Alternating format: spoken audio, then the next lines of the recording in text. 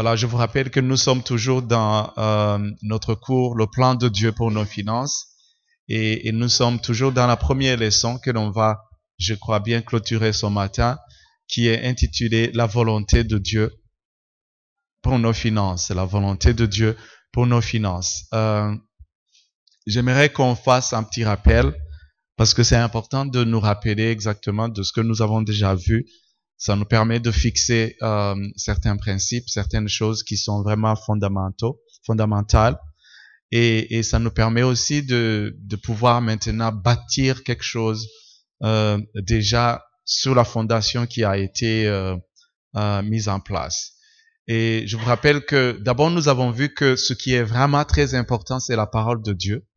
C'est vraiment ce qui est très important. Il faut qu'on se le rappelle parce que des fois on peut vivre en tant que chrétien et savoir que la parole de Dieu est notre nourriture spirituelle et notre fondement, notre base de la vie chrétienne, mais ne pas réaliser qu'en fait, les circonstances que nous vivons, les gens que nous côtoyons, les églises que nous fréquentons, des fois, il y a des choses qui ne sont pas nécessairement conformes à la parole de Dieu à 100%.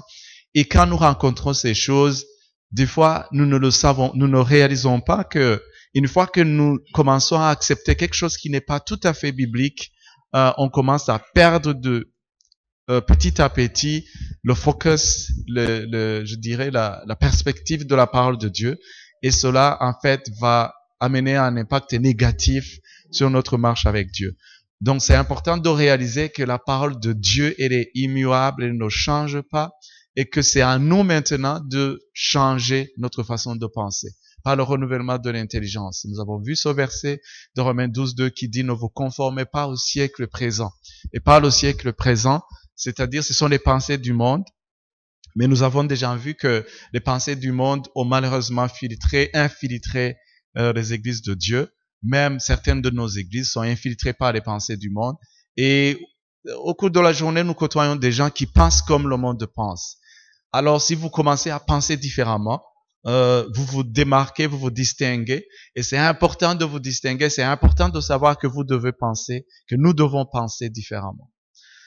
Autre chose, c'est que nous avons vu qu'il y a un équilibre à avoir, parce que c'est vrai que Dieu nous appelle à prospérer, Dieu nous appelle à vraiment prospérer à tous égards, mais aussi on doit pas marcher dans la convoitise. C'est important de garder son cœur vérifier ses motifs, ses motivations, parce que vous savez que la Bible nous dit de vraiment garder notre cœur, parce que c'est de là où se trouvent tous les trésors. Une fois que tu sais qu'il y a un équilibre à garder, une fois que tu sais que c'est vrai, Dieu t'appelle à prospérer, mais tu dois pas focaliser toute ton attention, vivre toute ta vie à chercher la prospérité.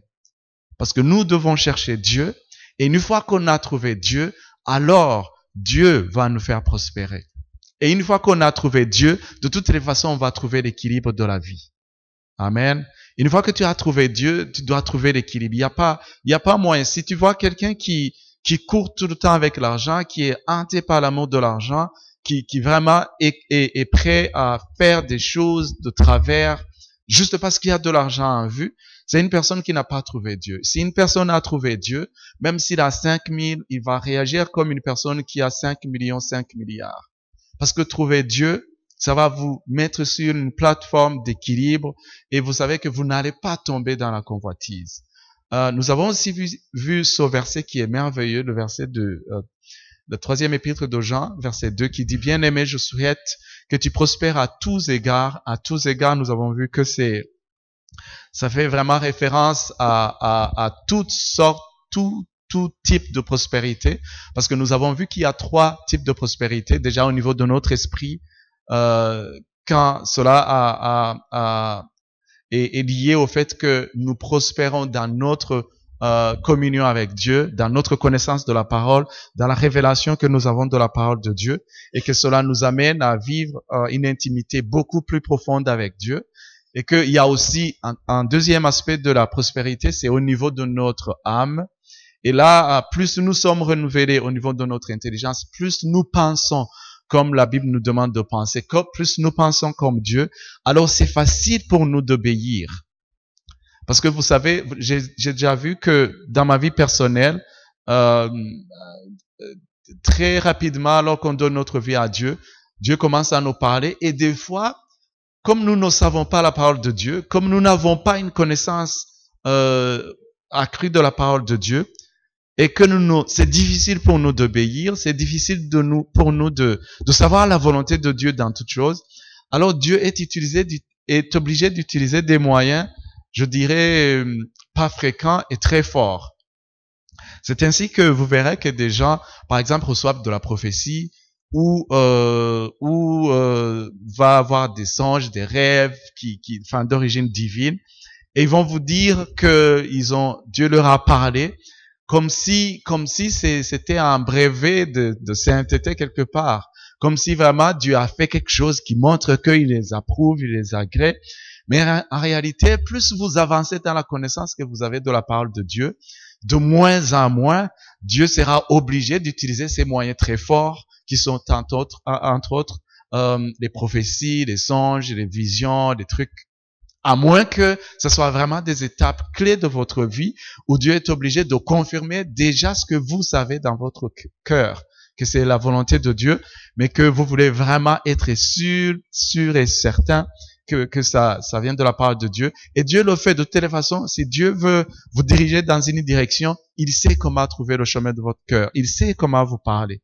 Et c'est important de savoir que si une personne vous dit tout le temps que Dieu l'a parlé, c'est soit, si c'est vraiment Dieu qui lui parle, ça veut dire qu'il ne passe pas du temps dans la parole de Dieu pour que ces choses soient naturelles. Vous savez, si vous venez chez moi à la maison, il y a des codes. Il y a des codes qui sont déjà là, qui sont déjà installés. Vous, en tant qu'invité, peut-être vous ne le saurez pas. Mais par exemple, si j'ai des habits de linge sale que j'aimerais qu'ils soient lavés, il y a un endroit spécifique où je les mets. J'ai pas besoin de dire à la personne qui s'en occupe, tu sais quoi, j'ai des habits qu'il faut laver, ainsi de suite. Non, pas du tout. Parce que déjà, il y a des codes, il y a une façon de communiquer avec cette personne. Si j'ai des habits que je veux qu'ils soient repassés, il y a un endroit spécifique où je les mets. Une fois que je les ai mis là, il ne me pose pas de questions, il va les repasser.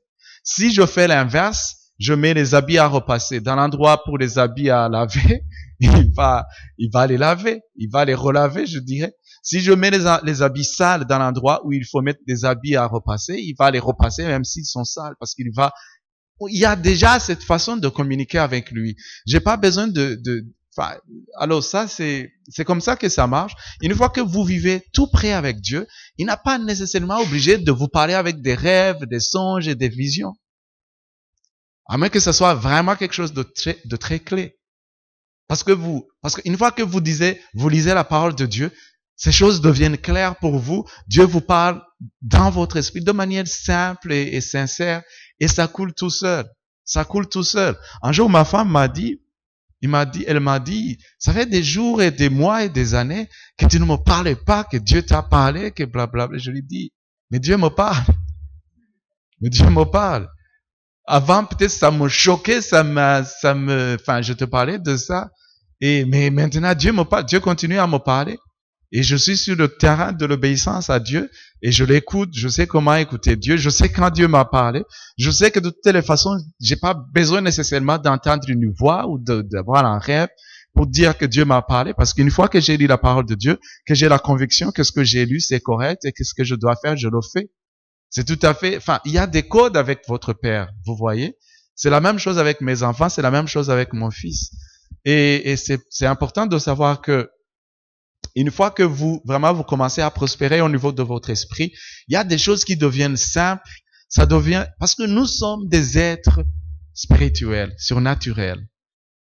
Et comme nous sommes, c'est ce que nous sommes, nous devons vivre comme ça. Amen. Amen. Voilà, on a vu aussi que la pauvreté n'est pas de Dieu. On a vu dans Luc 4:20 que Jésus va dire à ses disciples, vous êtes heureux, et parce qu'il va lier ça avec la pauvreté, mais il va expliquer pourquoi. Il va leur dire parce que le royaume de Dieu est à vous. et il ne va pas s'inclure. Ça, on l'a vu que Jésus, de toutes les façons, ne se voyait pas parmi le lot des pauvres. Mais il va dire, vous êtes heureux. C'est pas la même chose que le reste du monde, parce que eux, ils ne sont pas heureux, parce que le royaume de Dieu ne leur appartient pas. Nous avons aussi vu que l'origine de la pauvreté se trouvait dans le péché. Parce que la pauvreté, ça va être une conséquence directe de la chute d'Adam et Ève. Et ça, on l'a vu. Et on a vu aussi que directement dans le livre de la Genèse, Dieu va faire cette promesse que l'humanité sera rachetée. Et nous avons vu ce rachat par rapport au sacrifice de Jésus. Entre-temps, nous avons vu que malgré qu'il y a ce rachat, que nous sommes rachetés, que nous sommes les enfants de Dieu, que nous sommes dans le royaume de Dieu, on a vu que le diable ne nous a pas laissés tranquilles, parce que entre-temps, le diable a utilisé les esprits religieux et les esprits du monde et pour vraiment essayer d'attaquer le corps de Christ et nous montrer que, en fait, entre autres, que la pauvreté, c'était pas aussi mal que ça, parce que de toutes les façons, si vous êtes pauvre, vous allez rester dans l'humilité. Si vous êtes pauvre, vous aurez pas, vous ne serez pas contrôlé par l'amour de l'argent, et ainsi de suite, ce qui est tout à fait faux, parce que nous avons vu que c'est le cœur de la personne qui dicte si cette personne va être humble ou pas, même avec l'argent. Et on va continuer à le voir.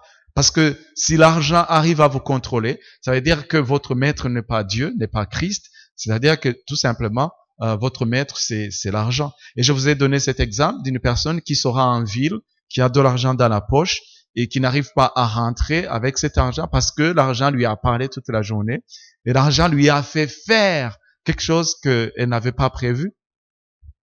Et donc, c'est important de commencer déjà à parler à votre argent. Moi, je voyais le pasteur Olivier très souvent, quand il priait pour les dîmes et les offrandes, il parlait à l'argent. Et vraiment, cette image m'a tellement marqué. Il disait, je te parle, tu dois faire exactement ce que tu dois faire dans le royaume de Dieu. Et moi, je le voyais, il parlait vraiment sérieusement à cet argent et ça m'a fort marqué. Ça m'a fort marqué. Parce que je savais moi aussi que j'avais ces combats une fois que je me rendais en ville, que j'avais juste un tout petit peu d'argent. Et j'ai commencé, à l'époque je travaillais à la banque, et j'ai commencé à changer immédiatement comment je traitais l'argent. Parce que des fois je retirais l'argent, je mettais dans mes poches, je me bagarrais en ville avec de l'argent en poche, sans plan, sans rien du tout. Et une fois que vous rencontrez des gens, ils vous disent, ah, toi tu travailles à la banque, ah, vous êtes riche, est-ce que tu pourrais me donner ceci et cela? Enfin, on pense qu'on est riche et on vous demande de l'argent. De toutes les façons, vous n'avez pas de plan, de projet pour votre argent. Alors la première personne qui se présente et vous demande de l'argent, comme vous êtes gentil et naïf en même temps, vous êtes innocent et ignorant en même temps. Non, vous n'êtes pas innocent, vous êtes ignorant peut-être. Vous lui donnez l'argent. Et à la fin de la journée, vous vous rendez compte que finalement, vous avez dépensé votre argent sans motif, sans raison, sans planification. Et c'est vous-même maintenant qui vous condamnez à vivre dans la pauvreté, parce que on va voir quand on va étudier la loi des priorités. Et on a aussi vu que Dieu nous veut prospérer, c'est sa volonté, mais il a aussi la capacité, pas seulement de nous faire prospérer financièrement par là, mais vraiment d'élargir tous ces aspects de la prospérité. Moi, je pourrais pas vraiment vous dire combien ça m'étonne de voir le chemin que j'ai parcouru avec Dieu, de voir que tu peux passer d'une étape où tu n'as absolument rien, et après avoir découvert ces choses, arriver à un stade où vous pouvez faire tout ce que vous voulez faire. Où vous pouvez bénir toute personne que vous voulez bénir. Je vais vous donner un exemple, très brièvement. Il y a une personne qui m'avait vraiment béni quand j'étais à l'école. Un jour, j'étais à l'université, j'avais toujours de la honte par rapport à mes habits, par rapport à tout ce que, enfin, je vous ai déjà dit ce témoignage. Et cette personne, un jour, elle m'avait offert des chaussures qu'il avait achetées en Angleterre. Et ces chaussures, quand je les ai mises, je suis rentré à la faculté et tout le monde m'a posé la question. Waouh! Vous avez de belles chaussures. Et même les personnes qui ne me parlaient pas. Ce jour-là, ça m'a vraiment touché, que je me suis dit, quand quand je vais avoir de l'argent, la première fois que je serai capable de bénir vraiment une personne, je vais vraiment bénir cette personne. Et quand j'ai commencé à avoir des ressources, je suis allé le voir et il m'a dit, je lui ai demandé, qu'est-ce que je pourrais faire pour toi? Il m'a dit, on a des projets avec ma femme et j'ai entendu que finalement, sa femme, c'est elle qui vraiment était devenue la leader du foyer. Ça m'a choqué et je lui ai demandé si je pouvais parler à sa femme. Sa femme m'a dit, en fait, mon mari, il est rétrograde. Il est rétrograde et il ne va plus même à l'église. Alors j'ai fait un plan avec sa femme. Je lui ai dit, on va faire comme les musulmans. Vous savez comment les musulmans font? Les musulmans, ils sont malins. Ils invitent des gens. Si vous êtes pauvre, ils vous amènent chez eux. Ils vous donnent des choses parce que il y a quelqu'un qui fait oui, je crois. Il y a quelqu'un qui témoigne de ça. Et moi j'ai dit, tu vois, moi je veux payer votre loyer pendant 6 mois. Et ce que je vais faire, je veux que chaque fois que je vais vous donner l'argent, je vais donner le chèque à votre mari. Il faut que tu dois t'arranger à ce qu'il vienne à l'église. On devra se rencontrer à l'église et c'est comme ça que je vais lui donner le chèque. Et comme c'était important pour lui, alors il a redémarré et c'est comme ça qu'il est revenu au Seigneur. C'est comme ça qu'il est revenu au Seigneur. Il était rétrograde, il restait à la maison. Alors que c'était quelqu'un qui était vraiment allé très loin. Même quand il s'est rendu en Angleterre, c'était sur une mission d'évangélisation en fait. Et je ne sais pas ce qui s'est passé entre temps, mais il a rétrogradé vraiment grave. Et quand j'ai eu cette idée, sa femme lui m'a dit, super, moi je vais tout faire pour que vraiment je lui rappelle chaque fois. Et chaque fois, il m'appelait, il me disait, je suis déjà à l'église et je t'attends. Je lui disais, sois tranquille, on se voit à la fin du culte. Et c'était toujours comme ça que le feu a été rallumé dans sa vie. Vous voyez? Donc, c'est important de savoir que Dieu veut vraiment que nous soyons capables de faire tout ce que nous voulons faire. Si vous avez des projets de faire de bonnes choses, ne dites pas, avanti vana, vraiment, avanti vana. Non, ne dites pas ça. Vous pouvez le faire. Vous pouvez le faire avec Dieu parce que Dieu veut vraiment vous rendre capable de le faire.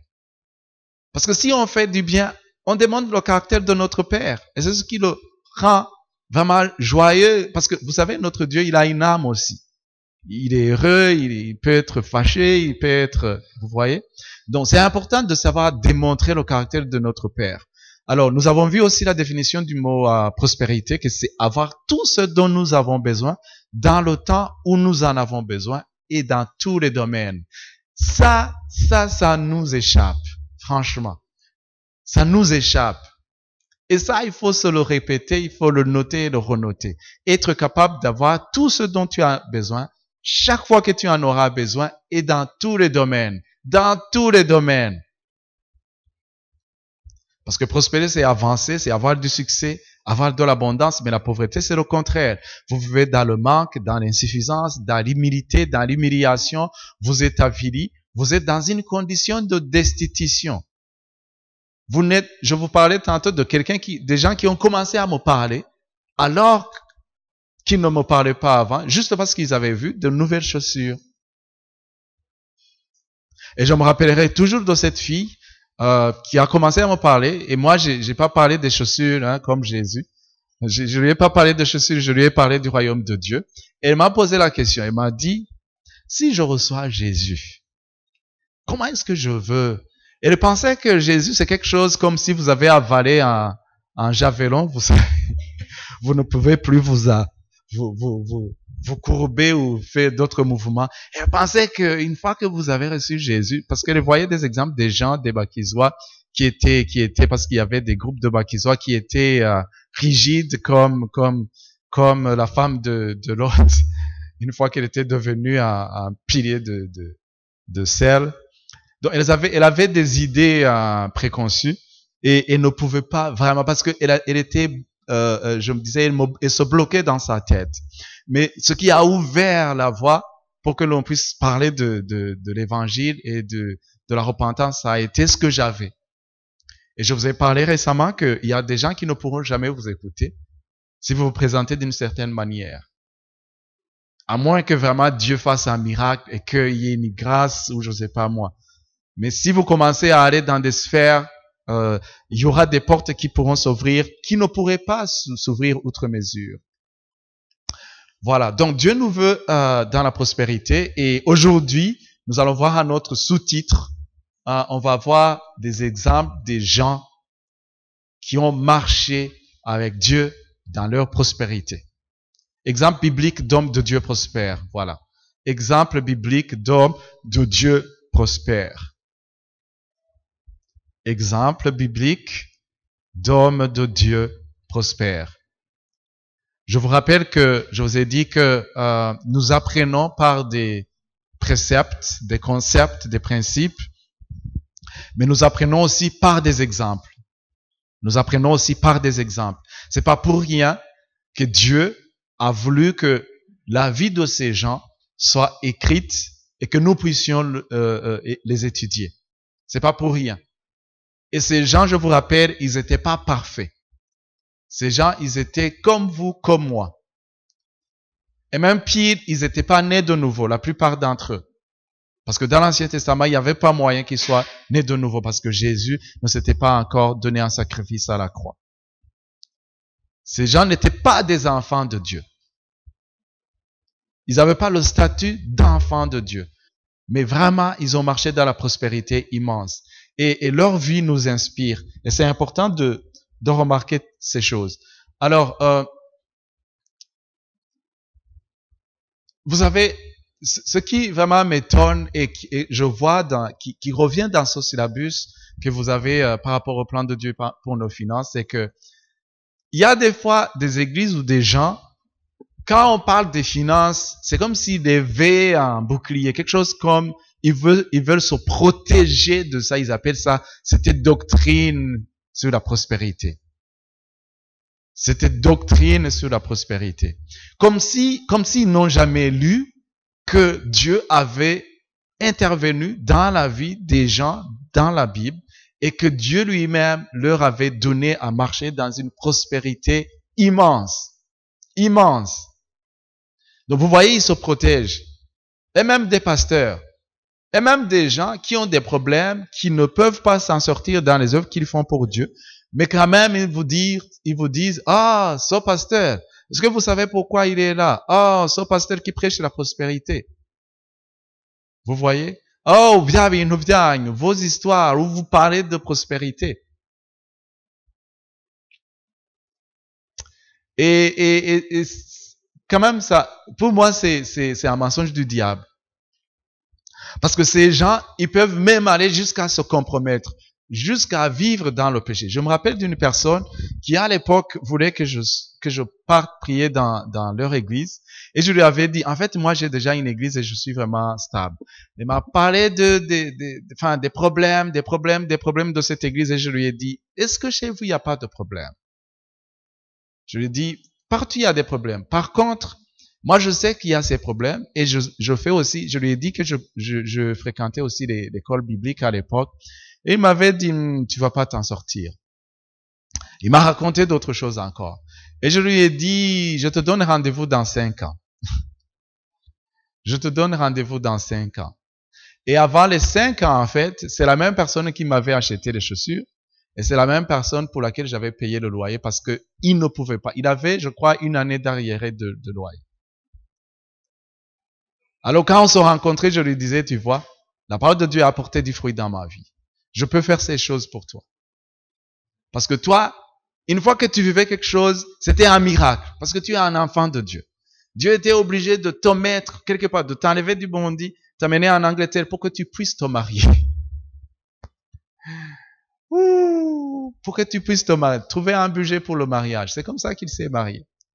Il ne pouvait pas se marier en état ici. Il n'avait rien. Et c'était un miracle. Mais tu n'as pas vu que, en fait, Dieu t'a mené. Et je sais qu'avec l'argent que tu as eu, tu n'as pas honoré les principes de Dieu. Cette histoire ne va pas continuer dans ta vie. Et avant, il appelait ça les histoires de prospérité. Mais en fait, je lui disais, j'ai aussi mon cœur pour Dieu. Mais je sais que Dieu veut intervenir dans ma vie. Et c'est comme ça qu'il m'a rendu prospère à son niveau. Et il va continuer. Donc, vous voyez que si les gens changent parce qu'il y a l'argent, c'est vraiment un problème de leur cœur. Ce n'est pas un problème d'argent. Parce qu'il y a des informations qui vous diront, il y a des gens qui ont eu de l'argent, qui ont eu un boulot, qui ont eu des voitures, qui ont eu des femmes, qui ont eu des enfants et qui ont abandonné le Seigneur. Vous voyez? Dans les cellules, dans les groupes de maison, on y va et on commence à entendre une personne qui dit, oh, vous voyez, priez pour ces gens. Ils ne viennent plus dans les programmes de l'église. Ils ne viennent pas plus dans les programmes de cellules de maison. Pourquoi? Vous savez, il a eu un nouveau job. Ou bien, il a eu ceci, il a eu cela. Mais en réalité, cela ne doit pas être un frein. Si quelqu'un a eu un nouveau job, si vous changez d'employeur, c'est sage de modifier un peu vos programmes. Vous savez que vous allez marquer des points avec votre nouvel employeur. Vous savez que vous devez bosser durement avec le nouvel employeur. Mais vous avez aussi la sagesse de Dieu. Vous avez aussi la sagesse de Dieu. Si vous avez un enfant, vous devez revoir votre programme et utilisation du temps.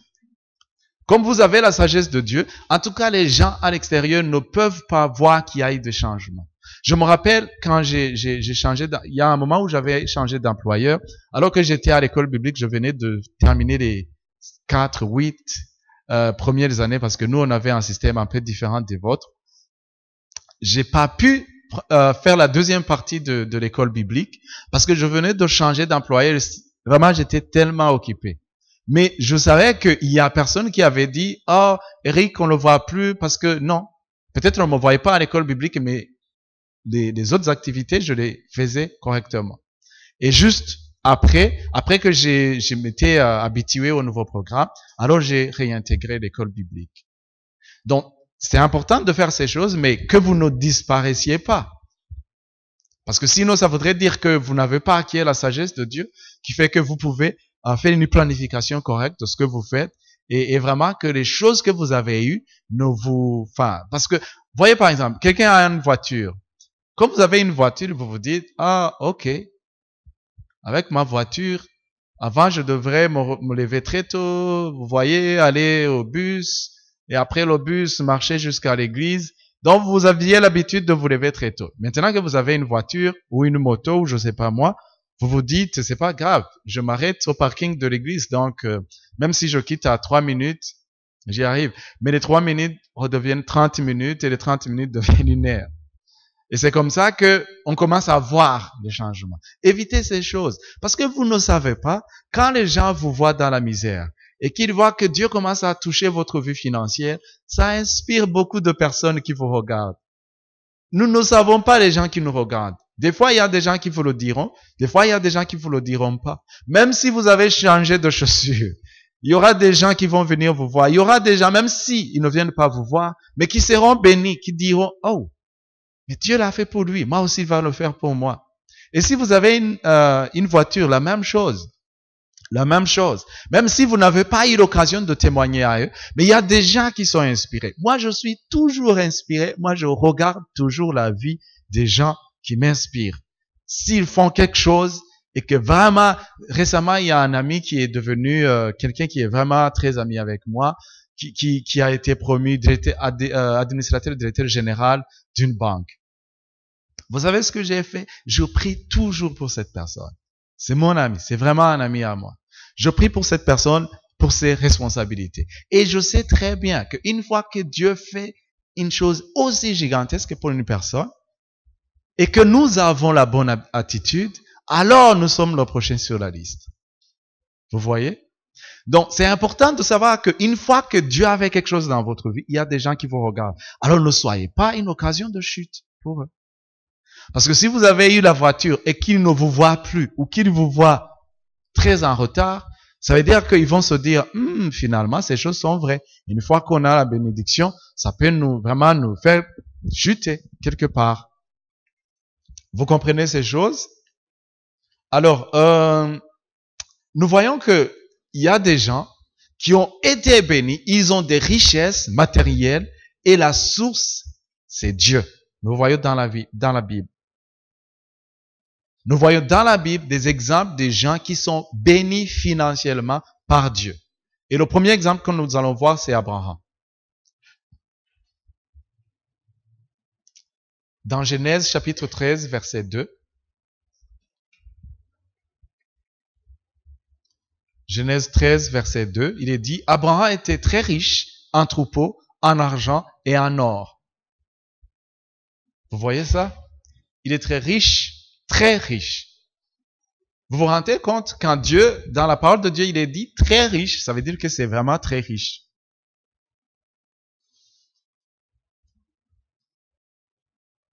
En troupeaux, en argent et en or.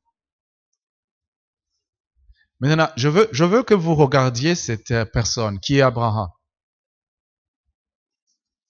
Regardez la vie d'Abraham. C'est votre grand-père, n'est-ce pas? C'est notre grand-père. Notre grand-père de la foi, il était dans combien d'industries déjà? Un troupeau, ça c'est... Il pouvait faire de la boucherie, il pouvait faire de la broderie, parce qu'avec les troupeaux, on pouvait avoir de la laine, il pouvait faire de la viande, il pouvait faire... il pouvait vendre énormément de choses, vendre des bêtes, il était dans l'élevage, il était dans l'agriculture, c'est sûr. Il était, déjà ça c'est une industrie toute à part entière. Maintenant, il était aussi riche en argent et en or. Ça veut dire que là, il était aussi dans une autre dimension industrielle, qui est des métaux précieux, des pierres précieuses. C'est-à-dire qu'il pouvait négocier à la bourse de Londres, si c'était aujourd'hui. Il pouvait négocier à la bourse de Tokyo, à la bourse de New York, de Paris. Ça veut dire que son entreprise était cotée à la bourse. Ça veut dire qu'il est l'entreprise parmi les premières entreprises et les grandes entreprises de l'époque. Ça, c'est notre grand-père de la foi. Déjà, si on nous dit, toi, tu es né à Vumbi Bokuba, je ne sais pas si Vumbi Bokuba existe au Burundi. Je sais Vumbi existe, mais vous êtes né à Vumbi Bokuba, non, Vumbi Bokuba, Tchendajuru, disons Tchendajuru. C'est l'un des endroits les plus reculés. Alors, si vous êtes né là, c'est foutu pour vous. Non, peut-être j'ai eu un début difficile, mais une fois que j'ai connecté avec Dieu, alors j'ai connecté avec mon grand-père spirituel dans la foi, qui est Abraham, qui avait des industries et qui était coté à la bourse. La source, c'était Dieu. C'est Dieu qui avait béni cet homme. Genèse 24, 35, l'Éternel a comblé, Genèse 24, 35, l'Éternel a comblé de bénédictions mon Seigneur, qui est devenu puissant. Il lui a donné des brebis et des bœufs, de l'argent et de l'or, des serviteurs et des servantes, des chameaux et des ânes. Ça, c'est le serviteur d'Abraham qui part chercher une femme pour le fils d'Abraham, Isaac. Et il va donner ce témoignage. Il va dire, l'Éternel a comblé de bénédictions mon Seigneur. C'est pas parce que Abraham était dirigeant ou était extraterrestre ou était exceptionnel ou qu'il avait eu de la chance ou qu'il avait hérité de ces choses. Non, c'est Dieu qui a comblé de bénédictions mon Seigneur. C'est ce que le serviteur va dire. Qui est devenu puissant. Isaac, ça c'est la deuxième personne que l'on va voir. On peut le voir dans Genèse 26. Verset 12 jusqu'à 14. Vous savez, Isaac, on peut se dire, ok, de toute façon, Isaac, c'était le fils d'Abraham, certainement qu'il devrait être très riche.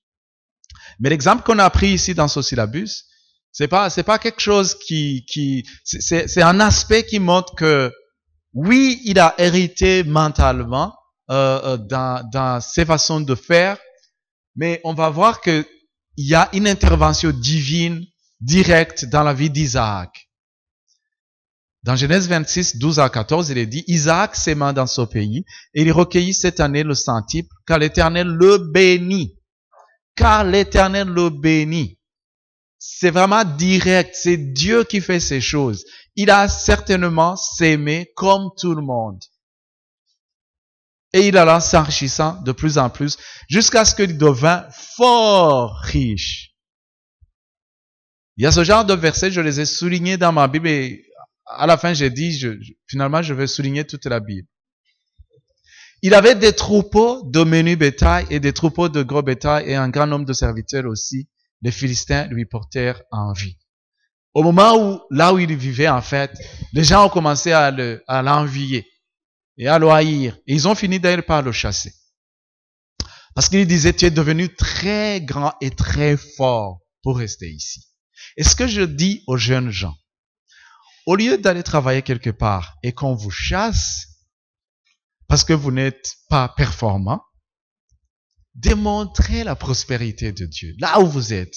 Peu importe, un job, un stage, vous avez un kiosque, je ne sais pas moi ce que vous faites, un taxi, je ne sais pas moi quel est votre métier. Au lieu que l'on vous chasse parce que les histoires de jalousie, vous allez dire, oh, le diable est contre moi, oh, ces gens sont méchants. Non. Démontrez de la puissance, de la richesse, de la prospérité divine, au point qu'ils disent, si vous êtes taximan, au point qu'ils disent, on va te laisser Yimbo Gayo Seturaï Guhewera. On va te laisser cet endroit parce que toi, tu es très grand pour nous. Ou bien ils vont te dire, si tu restes ici, on n'aura plus de clients. Alors là, tu vas voir la mairie et la mairie va te donner tout un parking pour toi seul. Quand j'étais devenu très grand pour l'entreprise pour laquelle je travaillais, j'ai hérité complètement tout ce que l'entreprise avait. Et l'entreprise, excusez-moi, a plié bagages et est rentrée chez elle. Et j'ai hérité plus de $200,000 d'assets, de propriété, de matériel, de véhicules, de tout ce que vous voulez. Parce que j'étais devenu très grand. Je vous dirai plus tard comment ça se passe. Alors ça c'est la vie d'Isaac, la troisième personne, le roi Salomon. On peut le voir dans 1 Roi chapitre 10, verset 7. 1 Roi chapitre 10, verset 7. Il est dit, je ne le croyais pas avant d'être venu et d'avoir vu de mes yeux, et voici, on ne m'en a pas dit la moitié. Tu as plus de sagesse et de prospérité que la renommée ne me l'a fait connaître. Ça, c'est la reine qui était partie du nord de l'Afrique et qui va se rendre en Israël pour voir le roi Salomon et qui va lui amener des trésors, des richesses immenses. Mais voilà la déclaration qu'elle va faire. Je ne le croyais pas.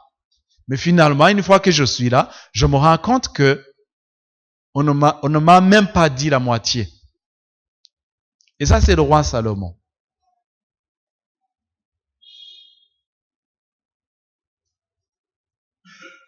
Tu as plus de sagesse et de prospérité que la renommée ne me l'a fait connaître.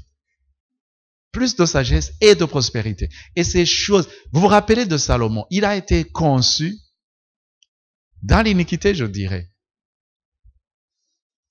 Vous vous rappelez de ce qui s'est passé, David, quand il va coucher avec la femme de Uri, je pense, si c'est le nom de ce soldat, et qui va envoyer ce soldat à la guerre, et qui va dire à son commandant de le placer là où la guerre fait rage, la bataille fait rage, pour qu'on le tue, et c'est ce qui est arrivé. Et il va enfanter un fils avec cette femme qui va mourir, je crois, et Salomon va être le deuxième fils. Dans un contexte, en tout cas, dans un contexte qui ne nous inspire pas. Mais Dieu, dans sa grâce, il va faire des choses avec le roi Salomon. Salomon lui-même, en tant que personne, ça va être une personne à toutes les couleurs. On dit qu'il a eu, je sais pas, plus de 1000 femmes, ou près de 1000 femmes. Vous voyez? Cet homme n'a pas vraiment marché avec Dieu à 100%. Mais Dieu a trouvé le cœur dans cette personne. Parce que de toutes les façons, toutes les personnes que Dieu... C'est pourquoi, vous savez, c'est pourquoi Dieu nous a aussi donné l'exemple de Christ. Parce que Christ, c'est ça, c'est lui l'exemple de la perfection. C'est ça l'exemple de la perfection. Mais, il ne faut pas se voiler la face. Ces gens, Ils sont dans la Bible pour que nous puissions apprendre d'eux. Malgré leurs faiblesses, malgré leurs péchés. Parce qu'ils ont fait preuve de foi, de conviction et d'amour pour Dieu. Et c'est important de le remarquer. Job, ça va être la 4e personne. Alors vous connaissez les histoires de Job. Je vais juste lire un verset de Job chapitre 1er verset 3. Job 1 verset 3. Et on pourra aussi lire Job 42 verset 12. Les 2 versets vont vous montrer ce qu'il avait au début. Il possédait 7000 brebis, 3000 chameaux, 500 paires de bœufs, 500 ânes et un très grand nombre de serviteurs. Et cet homme était le plus considérable de tous les fils de l'Orient. Waouh! Histoire de renommée ici. Histoire de renommée ici. Vous vivez sur une rue et personne ne vous connaît. Personne ne vous connaît sur votre rue. Personne ne vous connaît. Mais voilà, on peut dire le fils le plus considérable de tous les fils de l'Orient. On ne nous a pas délimité la zone géographique qui est définie ici comme l'Orient.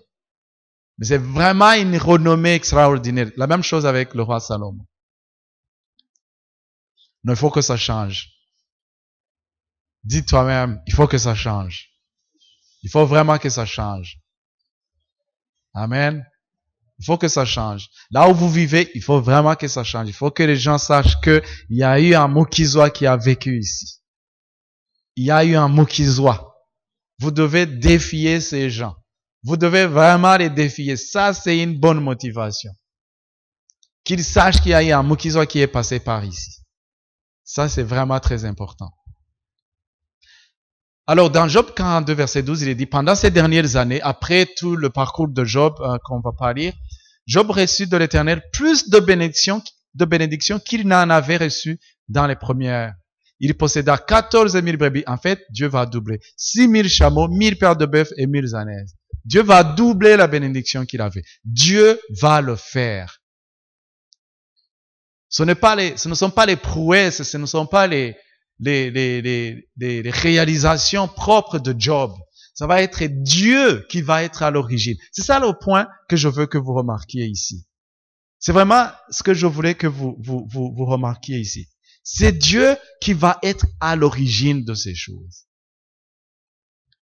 Et quand c'est Dieu qui est à l'origine, il y a une raison. Vous voyez? La même chose pour nous. Dieu veut être à l'origine de ta prospérité. Cela ne vous empêche pas de travailler, de bosser dur, de chercher.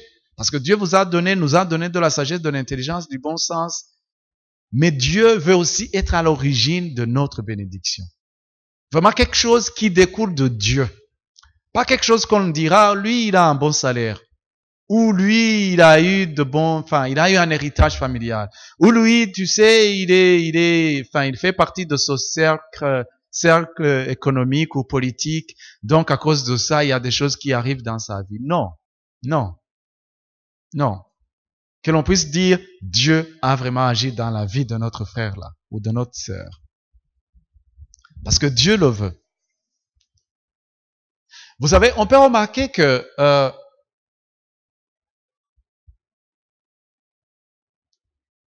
quand ces gens ont été bénis, ils ont continué à aimer Dieu comme il aimait, ils ont continué dans leur faiblesse comme ils en avaient, ils se sont repentis, ils ont continué à vivre avec Dieu, mais on ne voit nulle part où vraiment cette richesse a détourné leur cœur de Dieu. S'il y a des choses qui leur a détourné de Dieu, ça va être autre chose, pas juste l'argent. Et tous ces gens, ils ont fini bien. Ils ont fini bien parce que une fois qu'on a un bon cœur, le bilan de notre vie est toujours ascendant.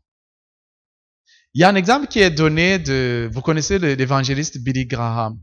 Billy Graham, l'Américain qui est décédé il y a quelques temps déjà. Il y a un milliardaire américain qui est appelé Peter Daniels. Ce monsieur, il soutient presque toutes les croisades d'évangélisation de Billy Graham. Une personne qui dit, je te couvre à 100%. Tout ce que tu fais, venez chez moi, je signe un chèque et c'est parti. Et moi, j'ai lu un livre qui s'appelle Just As I Am. C'est un livre une biographie de Billy Graham. C'est un gros livre comme ça, 700 pages.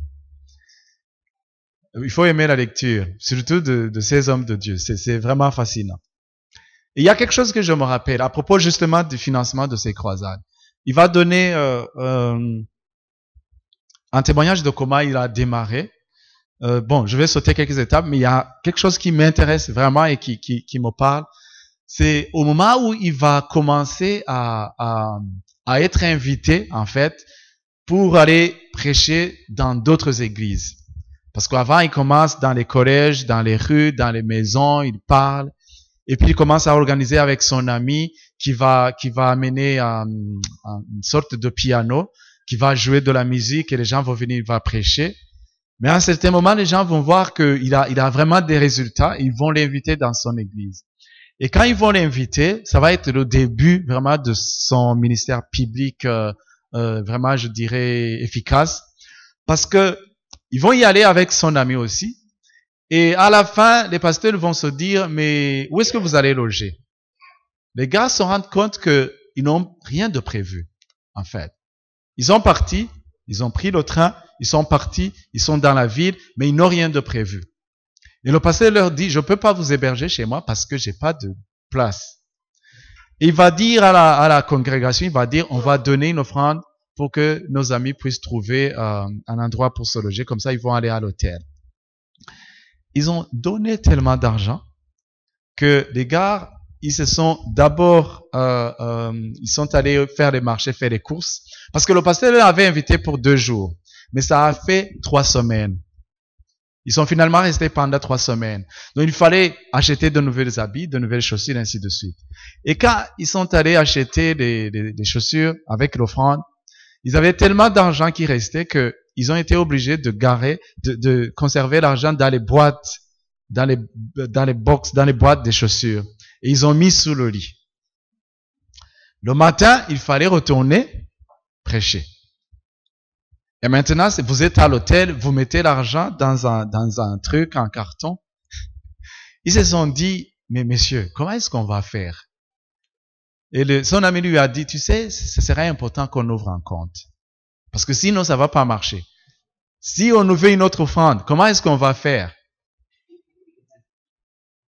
Et ils ont dit, ok, avant d'aller prêcher, on va passer par la banque, on va ouvrir un compte. Ils se sont rendus à l'église, à la banque. Arrivés à la banque, le banquier leur a dit, ok, c'est bon, on peut vous ouvrir un compte. C'est quoi? Parce que, on va intituler le compte comment? Et ils se regardent, parce qu'ils n'avaient pas pensé à ça. Le monsieur lui dit, non, c'est à ton nom. Et Billy Graham lui dit, non, tu es avec moi dans ce coup. C'est pas juste que moi, c'est pas mon argent, c'est notre argent à nous deux. Et c'est comme ça même que l'idée de Billy Graham International Something Ministry est née. Parce que même à la banque, tu sais, avec nous, c'est l'inverse. Avec nous, on s'assoit là-bas, on trouve un nom du ministère, on n'a rien, on n'a pas d'argent, on n'a pas de ministère, on n'a pas de service. Une fois qu'on a trouvé le nom et que ça rime bien, on va écrire, on va ouvrir un compte, tu vois, et on va commencer à prier pour que les Américains envoient de l'argent. Et une fois qu'on aura l'argent, alors on va aller prêcher. Tu vois? C'est l'inverse. Mais pour eux, c'était pas vraiment ça. C'est ainsi qu'ils ont dit, ok, comme c'est nous, parce que le banquier leur avait dit, vous pouvez ouvrir un compte, soit sur ton nom, soit sur les deux noms, ça va être un compte conjoint. Ils ont dit non, on va ouvrir un compte pour l'organisation. En fait, ils ont été obligés de créer l'organisation du ministère sur place. Et c'est comme ça que ça a démarré. Et dans quelques semaines, ils étaient déjà invités en Angleterre, donc il fallait passer des États-Unis en Europe.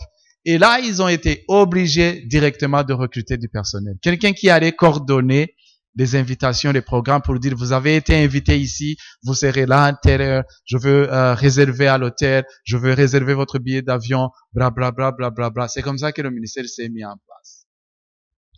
Et à un certain moment, il y a eu sur Peter Daniels qui dit, je veux te couvrir pour tout ce que tu vas faire. Une seule personne, un milliardaire. Et ça, c'est une personne, je me dis, s'il est béni, ne va pas chercher pourquoi il est béni. Alors, dans 1 Timothée, vous connaissez ce verset, mais il faut le noter. 1 Timothée 6:10.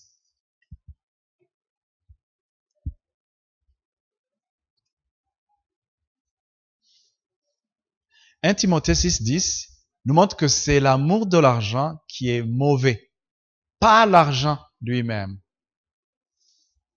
C'est notre mentalité par rapport à l'argent. Notre mentalité par rapport à l'argent et l'utilisation que nous faisons de l'argent qui peut faire la différence. Vous voyez? Parce que l'amour de l'argent, elle est la source de tous les maux, la racine de tous les maux. C'est notre mentalité. Il y a quelqu'un qui avait dit, je crois que c'est le révérend Raoul Wafo qui avait dit, vous pouvez faire confiance aux gens, mais s'il vous plaît, ne faites jamais confiance aux pauvres avec de l'argent. Si vous avez un pauvre et que vous lui faites confiance, une fois qu'il deviendra riche, alors il vous montrera ce qu'il y avait dans son cœur. Aussi longtemps qu'il est pauvre, c'est pas grave. Mais quand il devient riche, c'est là où il montre si vraiment son cœur était attaché à Dieu ou si son cœur était attaché à l'argent. Parce qu'il y a des gens qui ne peuvent, il avait dit comme ça, il y a même un certain type de péché qu'un pauvre ne peut pas commettre.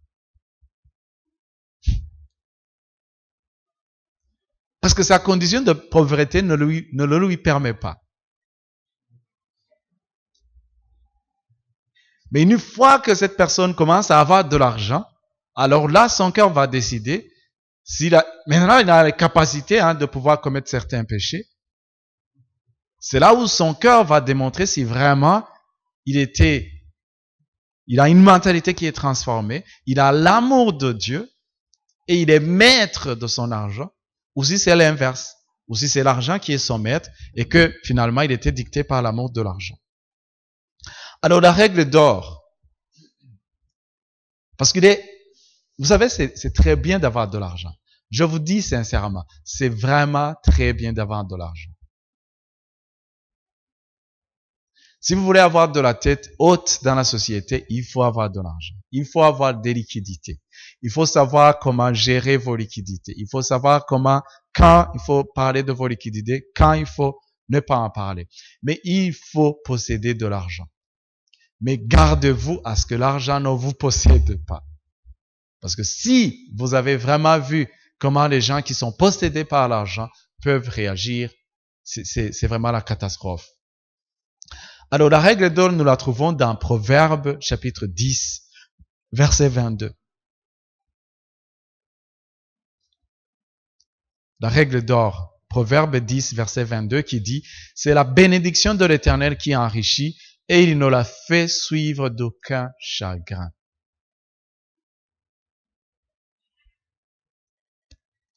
De toutes les façons, vous pouvez travailler, vous pouvez avoir un héritage, vous pouvez avoir différentes choses, mais seule la bénédiction de l'Éternel va vous enrichir. Et il n'y aura aucun chagrin.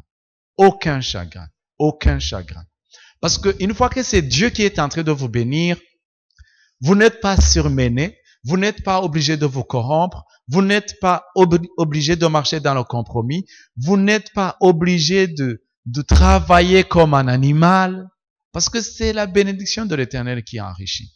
Vous êtes toujours sur une bonne balance. Vous pouvez toujours continuer à servir Dieu et travailler dans la sagesse, travailler correctement et gagner plus.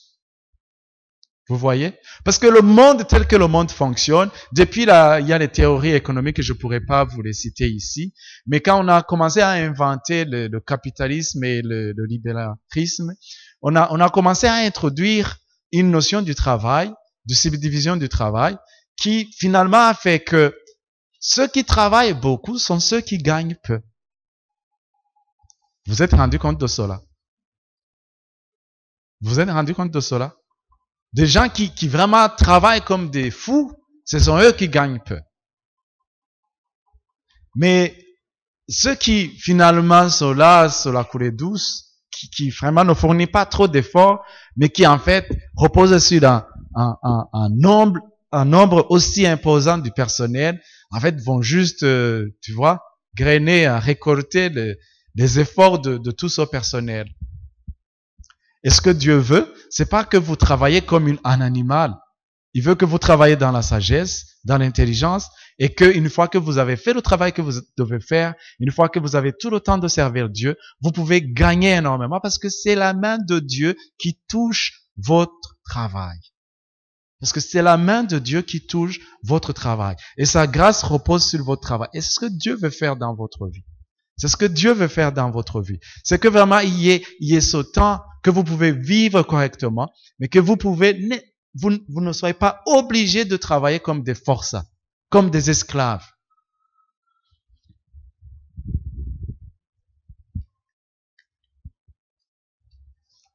Et que vous soyez capable une fois que vous êtes béni, de ne pas transformer cette fois-ci, cette bénédiction, en malédiction pour vous-même. Parce que comme c'est la bénédiction de l'Éternel qui enrichit et que il ne la fait pas suivre d'aucun chagrin, alors, si votre bénédiction se transforme en chagrin, ça veut dire que c'est vous-même qui aurez fait à ce que la bénédiction soit une malédiction pour votre vie. Amen. Mais il faut se préparer déjà d'avance. Il faut se préparer déjà d'avance et de vous dire, une fois que j'aurai ma propre voiture, comment est-ce que je vais gérer ma vie? Une fois que j'aurai ma propre maison, comment est-ce que je veux gérer ma vie? Une fois que mon salaire va atteindre les 6 chiffres, comment est-ce que je vais gérer ma vie?